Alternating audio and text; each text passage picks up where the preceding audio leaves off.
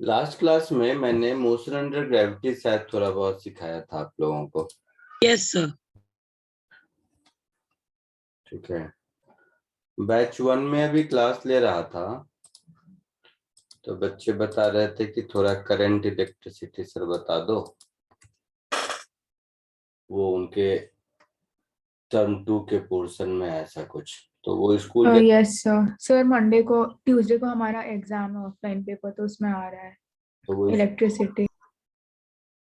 तो वो स्कूल जैसा तो मैं नहीं सिखाऊंगा, बट थोड़ा बहुत उस कॉन्सेप्ट को ठीक करने की कोशिश करते हैं। ठीक है।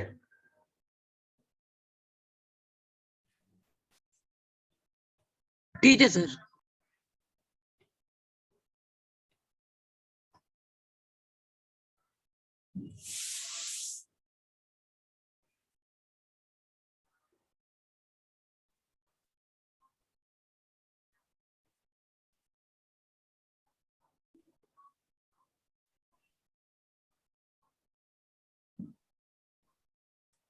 चलो।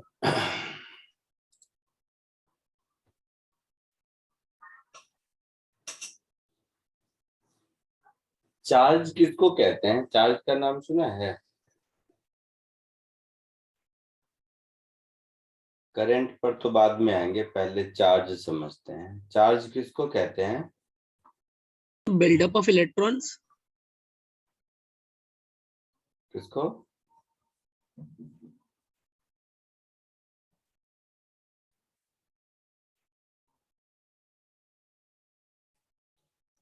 बोलो, चार्ज क्या है?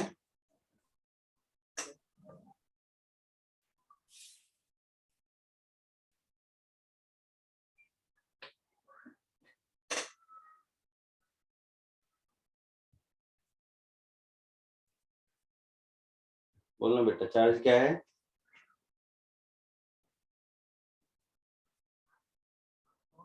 सर बिल्डअप और एब्सेंस ऑफ इलेक्ट्रॉन्स शायद। Flow of electron. Flow of electron, charge है, कुछ भी बोलते हो तुम लोग। चलो चार्ज को छोड़ो। मास क्या है, मोमेंटम क्या है, ये सब मालूम है? Yes, sir. Mass is the number of particles contained in an organism or a substance. Number of particle. Sir amount. क्या है amount? Sir amount of matter in a body. But amount of matter mass है, ये कैसे पता? Amount of substance को मोल कहते हैं।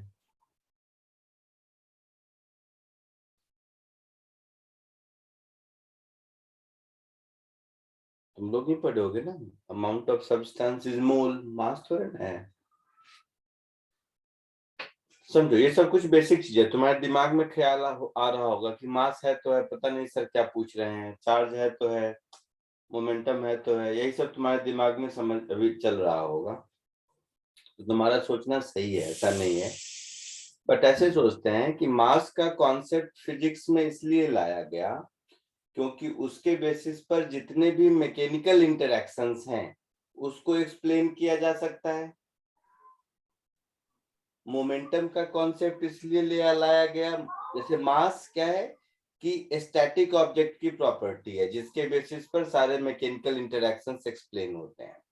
वैसे ही मोमेंटम क्या है, एक मूविंग ऑब्जेक्ट की प्रॉपर्टी है जिसके बेसिस पर सारे डायनामिक्स एक्सप्लेन होते हैं।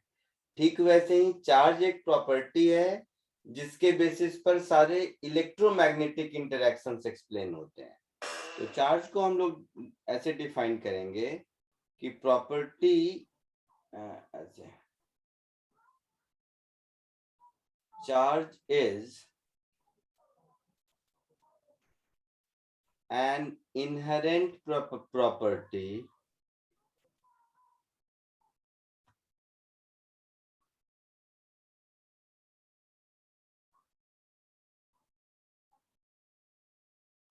by which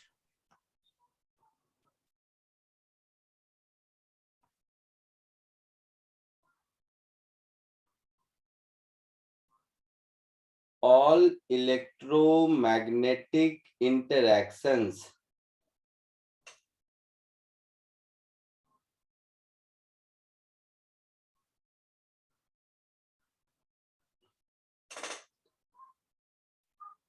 can be explained. अच्छा, चार्ज फंडामेंटल फिजिकल क्वांटिटी है या डिराइव्ड है?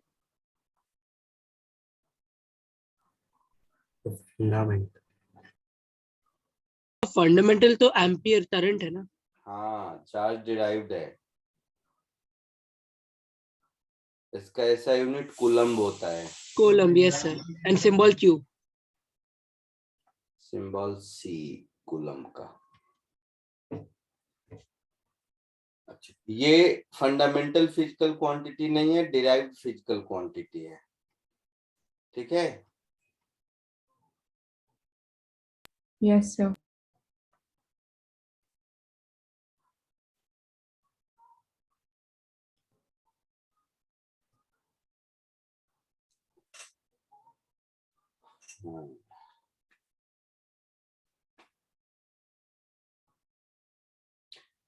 पॉजिटिव चार्ज और नेगेटिव चार्ज सुना होगा तुम लोगों ने, वो क्या होता है?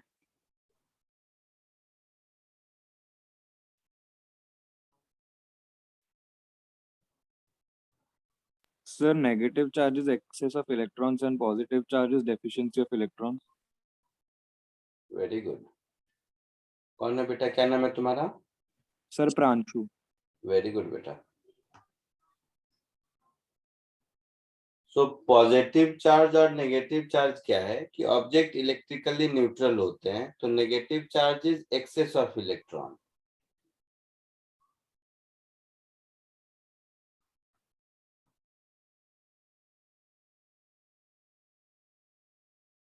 And positive charge is deficiency of electron.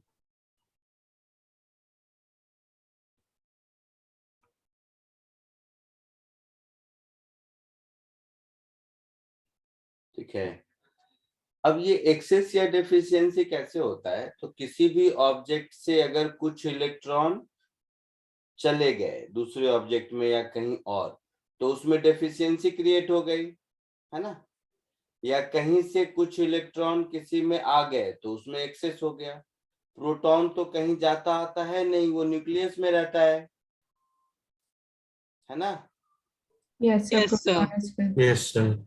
Electron ही एक ऐसा चार्ज पार्टिकल है फंडामेंटली जो मूव करता है, जिसके मोशन, जिसके कहीं जाने आने से कोई पॉजिटिव या नेगेटिव चार्ज होता है। ठीक है? अब सोचो कि किसी एक ऑब्जेक्ट पर पॉजिटिव चार्ज या नेगेटिव चार्ज कुछ भी आया, तो सपोज जैसे नेगेटिव चार्ज आया, नेगेटिव चार्ज है, इसका मतलब है उसमें से या तो एक इलेक्ट्रॉन गया होगा, या 2 इलेक्ट्रॉन गया होगा, या 3 इलेक्ट्रॉन गया होगा। 2.5 इलेक्ट्रॉन तो नहीं गया होगा ना? नहीं सर। नहीं सर। ठीक वैसे ही किसी ऑब्जेक्ट पर इलेक्ट्रॉन आया होगा, तो चाहे एक आया होगा या 2 आया होगा या 5 आया होगा, फ्रैक्शनल नंबर तो नहीं आया होगा। नहीं नो सर। सर। इसका मतलब हुआ कि दुनिया में जो भी चार्ज एग्जिस्ट करता है, चाहे पॉजिटिव हो या नेगेटिव हो, वो इलेक्ट्रॉनिक चार्ज का हमेशा इंटीग्रल मल्टीपल होगा। Yes sir. Yes sir. Hypothetically book में कुछ भी लिख दे, 1 coulomb charge, 2 coulomb charge, 5 coulomb charge, but practically ऐसा कोई चार्ज एग्जिस्ट नहीं कर सकता है जिस चार्ज का magnitude integral multiple of electronic charge नहीं हो। तो इससे पहले आपने क्या स्टेटमेंट बोला था? मैंने कहा था कि ऐसा कोई चार्ज प्रैक्टिकली फिजिबल नहीं है जिस चार्ज का मैग्नीट्यूड इलेक्ट्रॉनिक चार्ज के मैग्नीट्यूड का इंटीग्रल मल्टीपल नहीं है। Okay sir. है ना? इस कॉन्सेप्ट को कहते हैं principle of quantization of charges.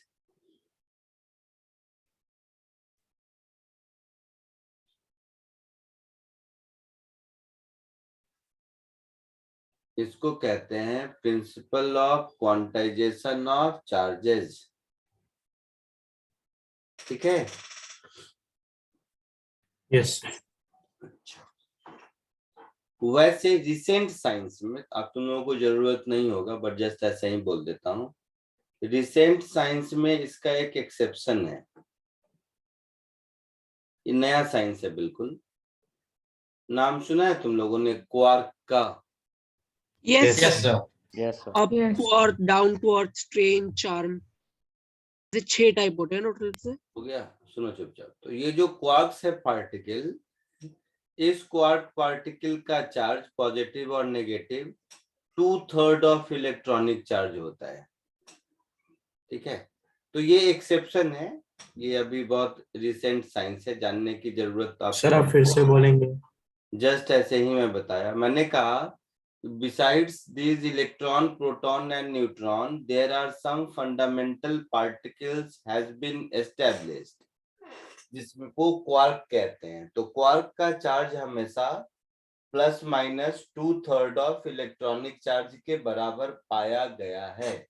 But this is a modern science. It has not been introduced in school and college syllabus. College मतलब हायर स्टडीज में, स्कूल और 11th-12th के सिलेबस में अभी तक इंट्रोड्यूस नहीं किया गया है। बट अगर ऐसा है तो ये principle of quantization of charge का एक्सेप्शन हो गया ना? Yes, sir. Yes, sir. देखा, ये एक एक्सेप्शन है, जरूरत नहीं है आपको, बट फिर भी चलो इतना।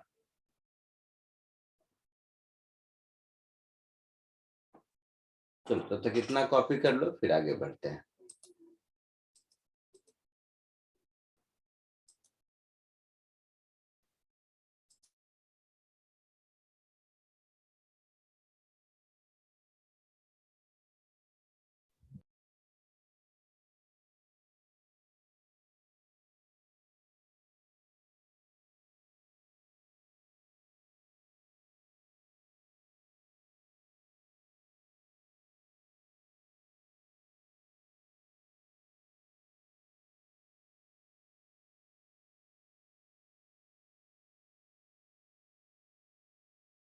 सर हम मैटर को मास को कैसे डिफाइन कर सकते हैं फिर? मास ऐसा ही इनहेरेंट प्रॉपर्टी है जिसके बेसिस पर सारे मैकेनिकल इंटरैक्शन डिफाइन होते हैं। मैकेनिकल इंटरैक्शन मतलब कोई एक दूसरे पर कितना फोर्स लगाया, समझ रहे हो? तो उसके Yes, sir. लिए जिस फंडामेंटल प्रॉपर्टी की जरूरत होती है उसको मास कहते हैं। Okay sir.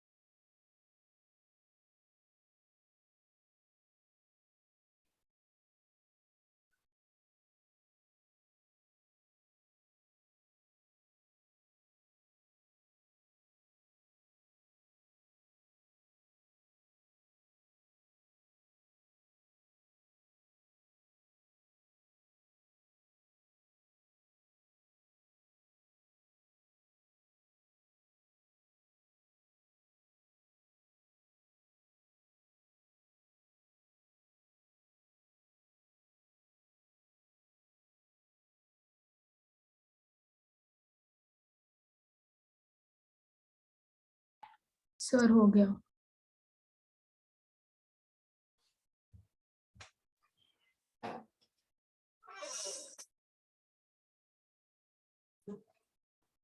लिख लिया सबने? आगे बढ़ो। Yes, sir. Yes, sir. ठीक है, चलो। कूलम्स लॉ का नाम सुना है? बोल बेटा, यस सर। क्या होता है? हाँ sir. Sir, the force of attraction or repulsion between two particles is directly proportional to the product of their charges and inversely proportional to the square of the distance, radius. Distance between them. ठीक है, तो ये तुम लोगों को पता है थोड़ा बहुत।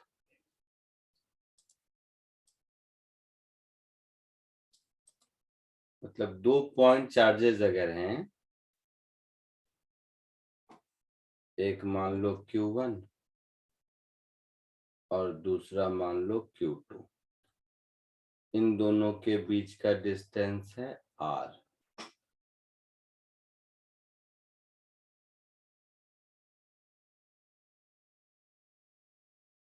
ठीक है,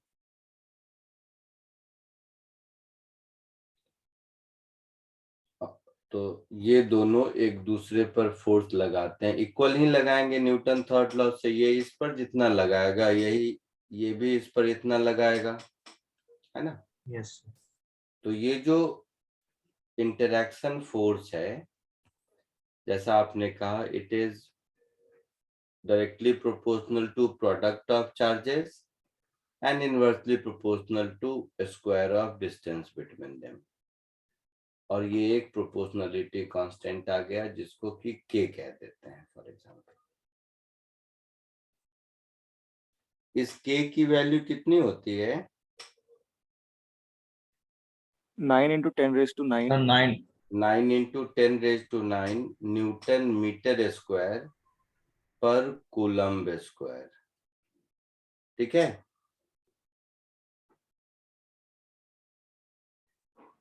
अच्छा, अब यहाँ पर दो बातें होंगी।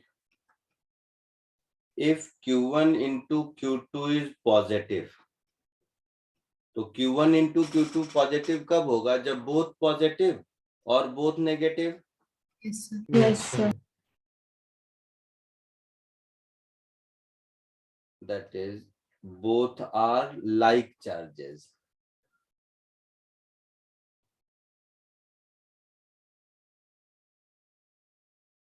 तभी ऐसा होगा, है ना। Yes, sir. तो उस केस में फोर्स पॉजिटिव मिलेगा, और इलेक्ट्रोस्टैटिक्स में पॉजिटिव का मतलब होता है रिपल्सन। ठीक है, अगर Q1 into Q2 नेगेटिव मिलता है तो ये तभी पॉसिबल है जब एक पॉजिटिव हो और दूसरा नेगेटिव हो। Yes, sir. Unlike charges. That is, both are unlike charges.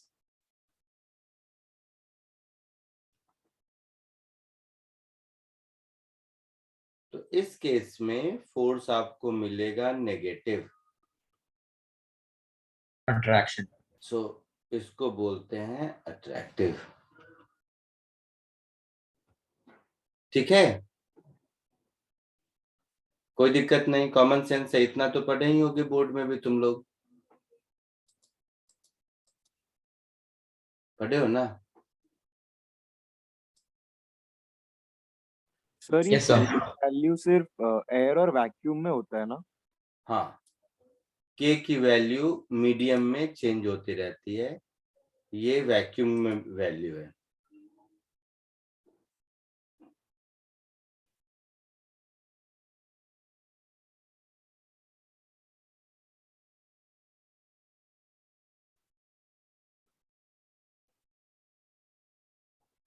Copy कर लो। मैं सिर्फ आपको इस इसमें इस कूलम्स लॉ से रिलेटेड आपको मैं कुछ क्वेश्चंस कराता हूँ कि थोड़ा कुछ तो आगे बढ़े, नहीं तो वो स्कूल वाली चीज ही पढ़ते रह जाएंगे, है ना। तो इस पे एक आध न्यूमेरिकल करते हैं। आगे बढ़ूं? बोलो, लिख लिया सबने? Yes, sir. Yes, sir. ठीक है, तो इस कूलम्स लॉ को यूज करते हुए एक बार इस क्वेश्चन को सॉल्व करो। एकदम आप इन लोगों की क्लास 9-10 से थोड़ा सा ही ऊपर दिया है, ज्यादा नहीं, ये कर सकते हो आप लोग, कोशिश करो। ये कर लोगे अगर तो थोड़ा डिफिकल्टी बढ़ाने की कोशिश करेंगे।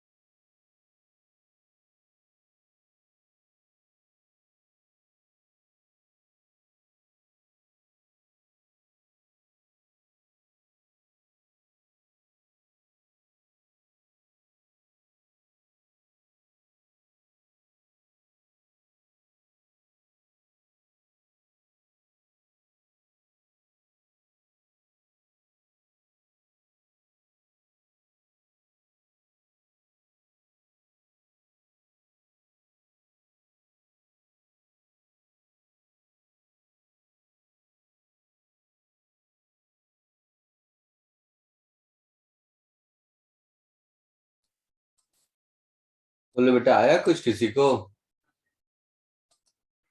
सर मेरे को आई गेस आंसर सर 4.95 है क्या आंसर?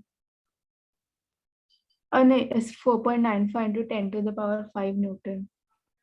नहीं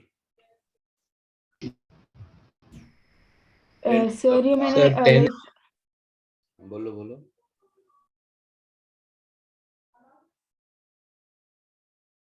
कोई कुछ बोल रहा है, बोलो। बहुत इजी है बेटा। सर 40.5 न्यूटन है। क्या क्या नहीं सुना, फिर से बोलिए। सर 40.5 है क्या? नहीं, उस बच्ची ने सही बोला था, केवल 10 टू द पावर में उसका कुछ प्रॉब्लम है। एनीवे चलो देखते हैं।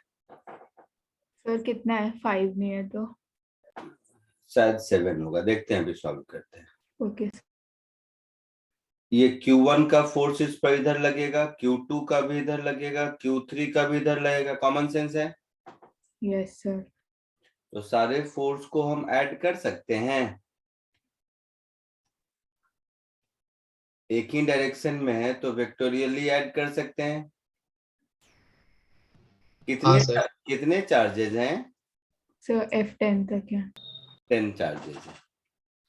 F1 को क्या लिखोगे? K इंटू ये जो चार्ज है, ये तो 1 कूलम का है, यस तो 1 इंटू Q1 अपॉन, पहला है 10 मिलीमीटर, तो मिलीमीटर को मीटर में करोगे तो क्या होगा?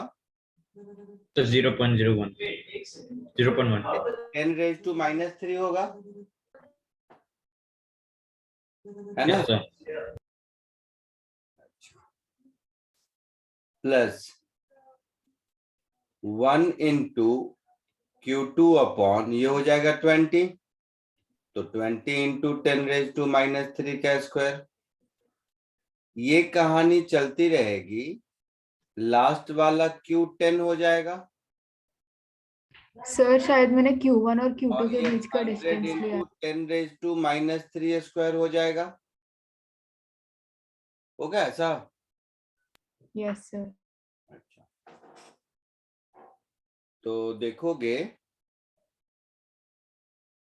तो K सब में बाहर आ जाएगा, और -3 -4 नीचे सब में बाहर आ जाएगा, ऊपर हो जाएगा Q1 10⁻⁻8, है ना, अपॉन 1 का स्क्वायर, प्लस सेकेंड की क्या है, 8 इंटू 10⁻⁻8, सो 8 इंटू 10⁻⁻8 अपॉन 2 का स्क्वायर हो जाएगा, फिर 27 इंटू 10⁻⁻8, नीचे 3 का स्क्वायर हो जाएगा। समझ रहे हो? तो यहां से K इंटू 10⁻⁻8 और नीचे 10⁻⁻4 भी आ गया। तो ध्यान से देखोगे तो 1 + 2 + 3 टिल 10 दिख रहा है ये? बोलो। तो K कितना हो गया? 9 इंटू 10⁻⁹ इंटू 10⁻⁻4 हो गया ये जाने के बाद, और 1 से 10 तक का सम क्या होगा? n इंटू n + 1/2 याद है ना? यस 55। 2 5 जा 10, 11 5 जा 55, तो ये हो गया 9 इंटू 55 इंटू 10⁻⁴ न्यूटन। अब मल्टीप्लाई कर दोगे तो क्या होगा? 0.55 से 9 को मल्टीप्लाई कर दोगे तो क्या मिलेगा?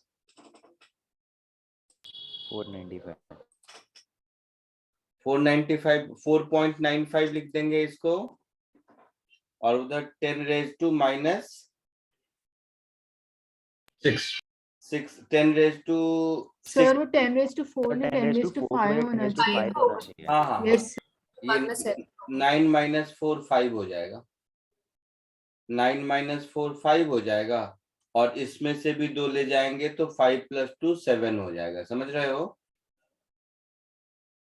तो 4.95 इंटू 10⁻⁷ न्यूटन, ये आपका आंसर होगा। कोई डाउट किसी को? सर वो 1 + 2 + 3 उसके दूसरा वाला स्टेप बताओगे कौन सा वाला बेटा? जिसमें आपने 10 × 11/2 किया। अच्छा वो किया, वो तो एक तो 10 तक ही है तो ऐड भी कर सकते हो, 55 होगा, है ना? 1 2 3 4 5 6 ऐड भी कर सकते हो। अदरवाइज प्रोग्रेशन का एक सिंपल फॉर्मूला स्कूल में पढ़ा होगा शायद, अच्छा हाँ, ओके ओके सर, समझा। कि 1 + 2 + 3 + 4 ऐसा कुछ, sum of first n natural number को लिखते हैं ना, n × n + 1/2। तो ज्यादा रहे तो ऐसे यूज करेंगे, बट अगर 1 to 10 कम है और ये फॉर्मूला नहीं आता है तो ऐड भी कर सकते हैं, है ना? Sir Yes, sir. आपको 10⁻7 आया, मुझे पता है 10⁻5 ही आ रहा है। अभी भी तुम्हें अपनी गलती नहीं दिखाई दी कहाँ पर है? सर मैं तो फॉलो कर रही थी सर, वो आपको 10⁻⁻4 का, ओ नीचे भी डिनोमिनेटर में कुछ है क्या? ओ ओके सर, मैंने डिनोमिनेटर कंसिडर नहीं किया था।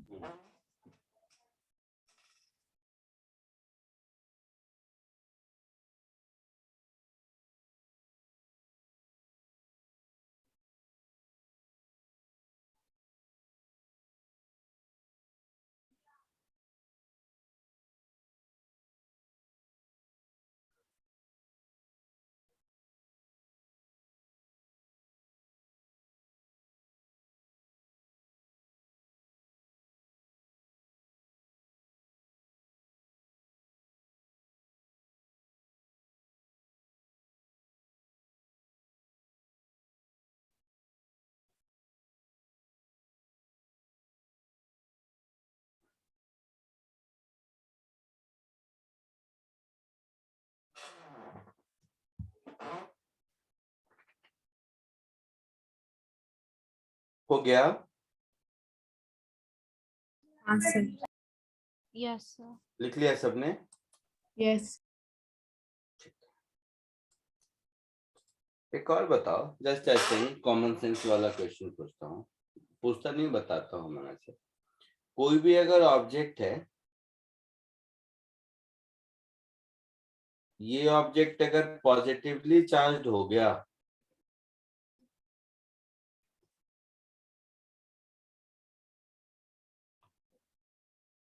तो इसका मास डिक्रीज करेगा, और अगर ये ऑब्जेक्ट नेगेटिवली चार्ज हो गया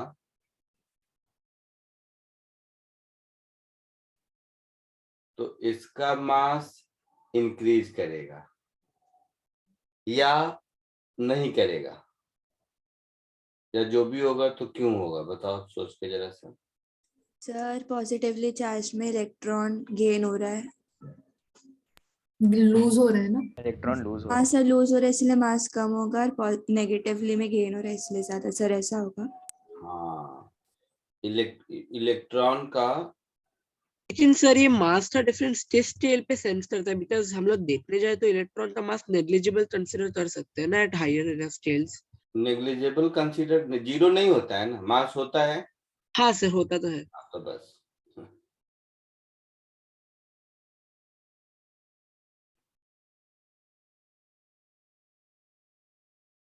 ये कॉमन सेंस समझ आया? हाँ सर। तो जब भी किसी ऑब्जेक्ट की चार्जिंग करते हैं तो बहुत ज्यादा सिग्निफिकेंट चेंज नहीं होता है, बट वो मास में भी चेंज होता है। तो थ्योरेटिकली कोई पूछेगा तो हम बोलेंगे कि हाँ होता है। न्यूमेरिकली कैलकुलेट करके देखेंगे, कम आ सकता है, ज्यादा आ सकता है, इनसिग्निफिकेंट हो सकता है, बट होता है। क्लियर है? Yes sir. ठीक है। अब यही इलेक्ट्रॉन जब मूव करेगा तो करंट बनेगा, जी इलेक्ट्रॉन या चार्ज पार्टिकल या आयंस, तो motion of charge is current. तो अगली क्लास में हम लोग करंट और फिर वो जो सब जो तुम लोगों का फेवरेट होगा, रेजिस्टेंस, सीरीज, पैरेलल, ये सब धीरे धीरे पहुंचेंगे, ताकि कम से कम स्कूल का थोड़ा बहुत रिवीजन हो जाए और एक आध स्टेप ऊपर थोड़ा सीख लो। ठीक है? Yes sir. Yes sir.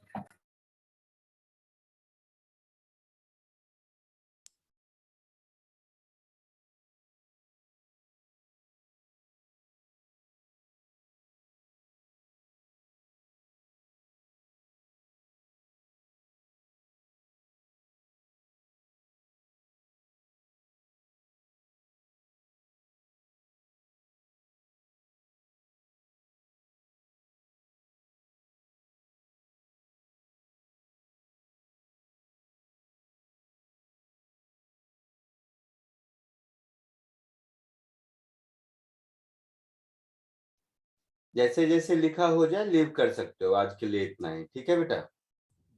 Thank you, yes sir. Sir. Bye sir. Thank you. Thank you, sir. Bye.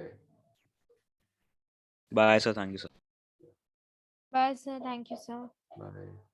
Thank you, sir. Bye sir. Thank you. Bye sir, thank you sir. Bye bye. Excuse me sir. बोलो बेटा। Sir मेरे को एक question है, उसमें doubt है। क्या है? वो सर्किट का क्वेश्चन है सर। इलेक्ट्रिक करंट सर्किट का? हाँ सर। हाँ, अगली क्लास में पढ़ाऊंगा ना, वहीं पे पहुंचेंगे इसके बाद। वैसे क्या है, Okay, sir. ओरली पूछना है तो पूछ लो, मैं तो बता दूंगा क्या दिक्कत है। बोलो। सर मतलब कैसा है कि बैटरी है। हाँ, सर मैं आपको डायग्राम दिखा दूं वीडियो से? दिखा दो। ओके।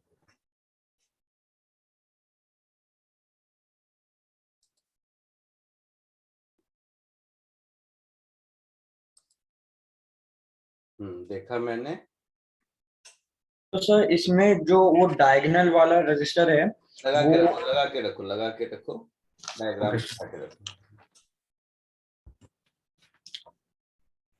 डायगोनल वाला रजिस्टर है। सर इसमें ये एमीटर के रीडिंग को अफेक्ट करेगा क्या? अफेक्ट करके मतलब वो रखें या नहीं रखें, ऐसा कहना चाह रहे हो? नहीं सर, मतलब अगर हम ये ये डायगोनल वाला निकाल देते हैं तो फिर एमीटर की रीडिंग चेंज होगी क्या? हाँ, बिल्कुल चेंज होगी। ओके। चेंज होगी, क्यों नहीं होगी? क्योंकि तुमने किसी रेजिस्टेंस के ऊपर कोई वैल्यू नहीं लिख रखा है, देखो ध्यान से, हाँ सर। है ना? तो बिल्कुल चेंज होगी। Okay, thank you.